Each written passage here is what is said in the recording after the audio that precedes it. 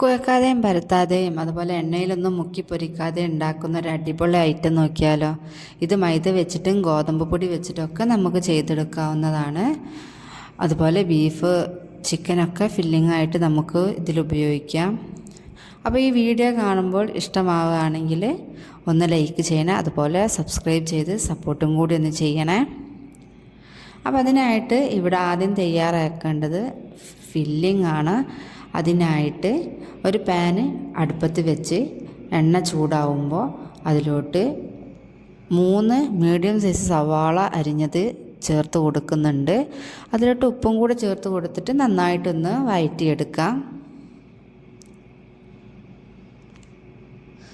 നന്നായി ഒന്ന് വഴഞ്ഞ് വന്നതിന് ശേഷം ഇതിലോട്ട് 1 ടേബിൾ സ്പൂൺ ഇഞ്ചി വെളുത്തുള്ളി പേസ്റ്റ് ഇട്ട് കൊടുത്ത് അതിൻ്റെ പച്ചമണം മാറുമ്പോൾ മസാലപ്പൊടികൾ ചേർക്കാം. 1 ടീസ്പൂൺ മുളക് പൊടി, 1/2 ടീസ്പൂൺ മഞ്ഞൾപ്പൊടി, 3/4 ടീസ്പൂൺ കുരുമുളക് പൊടി, 1/2 ടീസ്പൂൺ ഗരം മസാലയും കൂടി ചേർത്ത് നന്നായിട്ടൊന്ന് വഴറ്റിയതിന് ശേഷം അതിലോട്ട് വേവിച്ച് വെച്ച ചിക്കനും കുറച്ച് കറിവേപ്പിലയും കൂടി ഇട്ട് മിക്സ് ആക്കിയാൽ ഫില്ലിങ് റെഡിയാണ്.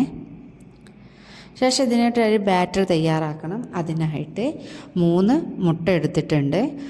അത് മിക്സിയുടെ ജാറിലോട്ട് പൊട്ടിച്ച് ഒഴിച്ചതിന് ശേഷം അതിലോട്ട് 2 കപ്പ് പാല് ചേർത്ത് കൊടുക്കാം.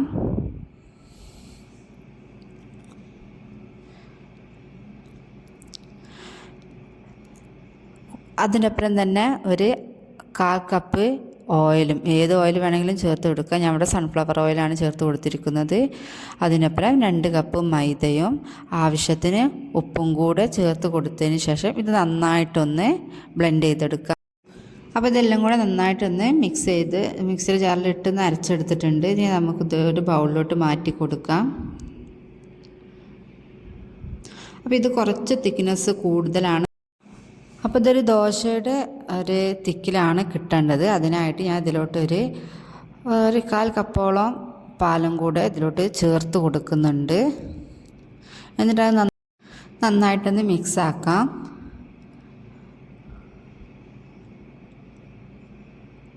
അപ്പോൾ 1/4 കപ്പ് പാലോട് ഇതിലേക്ക് ചേർക്കുമ്പോൾ തന്നെ ഇത് പാകത്തിനുള്ളൊരു തിക്കിലായി കിട്ടും. ശേഷം നമുക്കിത് റെഡിയാക്കാനായി ഒരു പാൻ അടുപ്പത്തോട്ട് വെച്ചിട്ട് ചൂടായി വരുമ്പോൾ ഓരോ തവി ഒഴിച്ച് നമുക്ക് ദോശ പോലെ ചുറ്റിച്ചെടുക്കാം.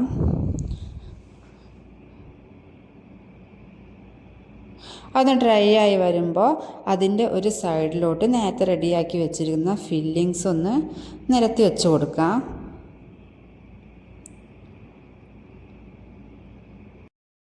അപ്പോൾ ഫില്ലിങ് വെക്കുമ്പോൾ ശ്രദ്ധിക്കേണ്ട എന്താണെന്ന് വെച്ചാൽ ഇതിൻ്റെ ഒരു സൈഡിലോട്ട് മാത്രമേ വെക്കാവൂ, പകുതിയോളം ഭാഗം മാത്രം. അതിന് വെക്കുമ്പോൾ ഇതിൻ്റെ തലക്കലോട്ട് വെച്ച് കൊടുക്കുകയും ചെയ്യരുത്. എങ്കിൽ മാത്രമേ നമ്മളിത് മടക്കിയെടുക്കുമ്പോൾ അതിനൊരു പെർഫെക്ഷൻ കിട്ടത്തുള്ളൂ. എന്നിട്ട് ഫില്ലിങ് വെക്കാത്ത ഭാഗം ഇപ്പുറത്തോട്ടൊന്ന് മറിച്ചിട്ട് നമുക്ക് ഒന്ന് മടക്കി കൊടുക്കാം. അപ്പോൾ ഈ വീഡിയോയിൽ കാണുന്ന പോലെ ചെയ്ത് കൊടുത്താൽ മതി. ഇതിൽ കാണുന്നത് മനസ്സിലാകുന്നുണ്ടായിരിക്കും. എന്നിട്ട് ചെറുതായിട്ടൊന്ന് പ്രസ് ചെയ്ത് കൊടുക്കാം.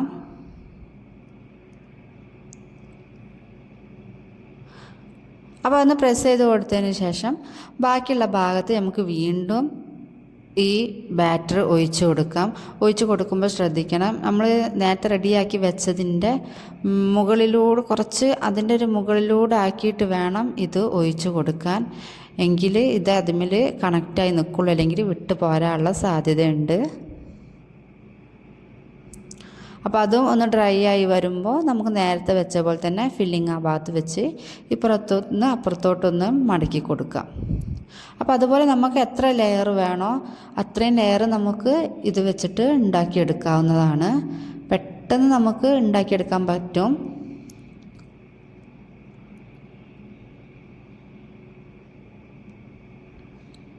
ഇതുപോലെ ഇതാക്കി വെച്ചിട്ട് നമുക്കതൊന്ന് മടക്കി കൊടുക്കാം.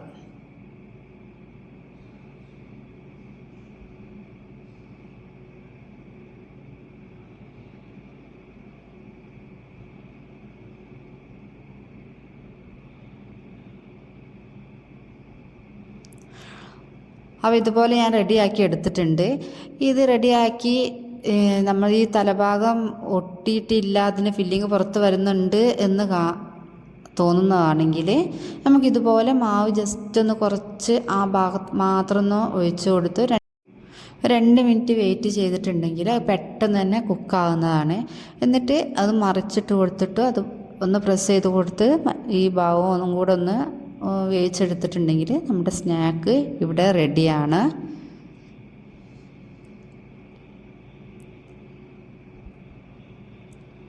അപ്പോൾ ഏകദേശം ഇത് വെന്ത് വന്നിട്ടുണ്ട്.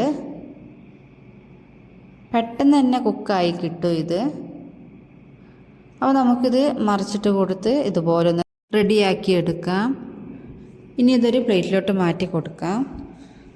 അപ്പോൾ നമ്മുടെ സ്നാക്ക് ഇവിടെ റെഡി ആയിട്ടുണ്ട്. നല്ല അടിപൊളി ടേസ്റ്റി ആയിട്ടുള്ളൊരു സ്നാക്കാണ്. ഇതിൻ്റെ സൈഡ് ഭാഗമൊക്കെ കറക്റ്റ് ഒട്ടി നല്ല കുക്കായി കിട്ടിയിട്ടുണ്ട്, പൊട്ടിയിട്ടൊന്നുമില്ല. അപ്പം നമ്മൾ റെഡിയാക്കി വെച്ചിരുന്ന ഫില്ലിങ് കൊണ്ട് ഇതുപോലെ 2 എണ്ണം ഇവിടെ ഉണ്ടാക്കിയെടുത്തിട്ടുണ്ട്. ഇതുപോലെ ലെയറായിട്ട് നമുക്ക് കിട്ടും. നല്ല അടിപൊളി ടേസ്റ്റിയാണ്.